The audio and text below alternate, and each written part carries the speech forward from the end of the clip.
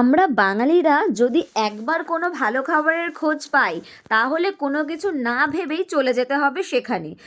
আর বাঙালিরা কিন্তু চেটেপুটে খেতে খুব ভালোবাসে, তাই আমরা চলে গিয়েছিলাম চেটেপুটে খাদ্য মেলাতে, যেটা বসেছিল সন্তোষ মিত্র স্কোয়ারে।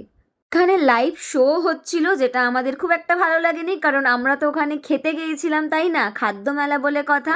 তো ওখানে অনেক রকমের খাবার ছিল, আমাদের তো দেখেই পেট ভরে গেছিল। তারপর তোমাদের দেখাচ্ছে দাদা বৌদির যে স্টলটা বসেছিল, মানে বিরিয়ানি স্টলটা, সেখানকার লাইনটা তোমরা দেখো, কতটা বুঝতে পারছো জানি না, বাট প্রচুর লাইন ছিল। বাট আমরা কিন্তু হাল ছাড়িনি, আমরা কিন্তু বিরিয়ানির প্যাকেট নিয়ে এসেছি।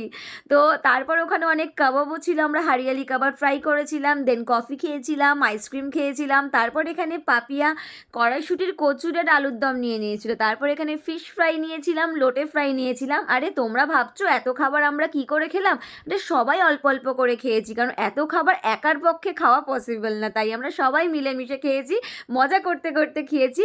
আর বিশাল লেভেলের ভিড় ছিল, ভিড়টা না বললেই নয়, কারণ লাস্ট ডেট ছিল বলতে হবে, আজকেই লাস্ট ছিল 11 তারিখ। সো এখন আমি বসে বসে ভয়েস ওভার দিচ্ছি আর হাসছি যে কি অবস্থা হয়েছিল ওখানে। আর প্রচুর রকমের পিঠে ছিল, পুলি পিঠে ছিল। আর সবচেয়ে ভালো লেগেছিল এই মিষ্টির স্টলটা, যেখানে এত মিষ্টি, তো আমাকেও বলছিল যে তুমি সব মিষ্টি দুটো তিনটে করে কিনে নাও। তো আমি এখানে সব মিষ্টি দুটো তিনটে করে নিয়ে নিয়েছি।